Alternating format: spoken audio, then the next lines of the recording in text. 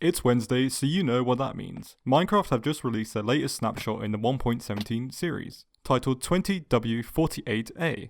And although it might not be the Warden or new generation, it adds some cool stuff that we can now get excited about, because it means that the next snapshot might actually be a new generation, which is something I know a lot of people are waiting for. And they get a little disappointed when it's not exactly the Warden or new generation or fancy new mechanics, but this snapshot is a good way to test a major mechanic in the new generation, and it was a necessary thing. So let's actually look into what was added and how you can actually play it yourself. The footage shown is actually taken from my 1.17 Snapshot server, of which anyone can join. All you need to do is make sure you're subscribed to this channel and then join my Discord, and then when a snapshot comes out, you can test it with me and appear in the next video. So make sure you're subscribed, and there's an invite link down below in the description. So now we can get straight into the features. This snapshot added in two new blocks, the Stalagmite and the Stalagmite. These two blocks will appear in the new cave generation, which as of yet is not added. But since they're in the game already, we can actually play around with them and get used to the mechanics. We can already tell that this will be useful for mob grinders and any kind of troll trap for your friends. From our initial testing, we've come to the conclusion that it seems a little overpowered. You can do a lot of damage for such a short amount of distance. The stalagmites will actually break if they're not attached to anything, so when they fall down they'll do a lot of damage, and the higher they fall the more damage they'll deal. Also just jumping on them will deal damage, which makes sense, they're very pointy. I tried to show off with some parkour, and on the way down it just ended terribly. Stalagmites will actually drip water and lava from the ceiling, if there's a lava or water source above it. And what's cooler is, if there's a cauldron underneath these drips it will actually start to collect it. It does take time though, it's not an instant process. If you're new to this channel, please make sure to subscribe. I've got loads of videos I think you would enjoy.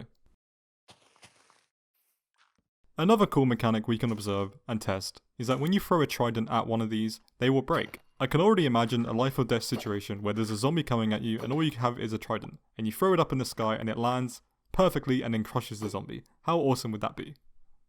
Although it would never happen, I would miss and the zombie would kill me. We also have a new texture for the SpyGlass. This is just for the icon that appears in your inventory and not necessarily when you use it. Candles can now only be placed on solid blocks, so no longer can you place a candle on some weird angle. Which is pretty sad because a lot of cool build designs came from the fact that you can place candles in some pretty weird places. Which makes sense, you can't really have a candle just floating in the air. But just think about all the build potential that is now lost, it's very sad. When you right click on a bundle, it will now empty one item from that bundle. I think we took it a little too far when testing Dripstone, because oh man did we get brutal with these mobs. Like I mentioned before, it seems very overpowered and the damage you can deal with such a short amount of height distance is insane. We were able to one-hit mobs from just a tiny amount of distance. Now imagine if someone did that to a player. They also added a new freeze damage game rule, making it so server owners can now decide if they want players to freeze to death, which is pretty cool.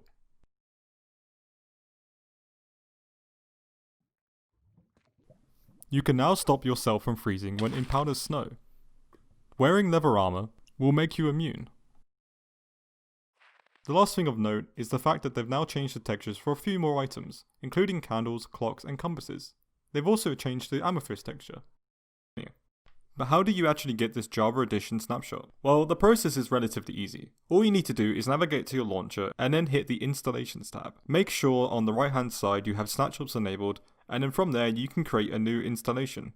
From here we want to select the latest snapshot version, and if you did this before, it will automatically update to the latest one. Now it's just a case of making sure you have this profile selected when you load the game. And if you want to play this snapshot with other players, you can join my Discord link down below and we will be hosting a server and I will be live streaming it after this video goes out. But that's it for this video guys. If you enjoyed, make sure to like and subscribe and check out my other content. I've got 2 more videos on screen I think you will enjoy.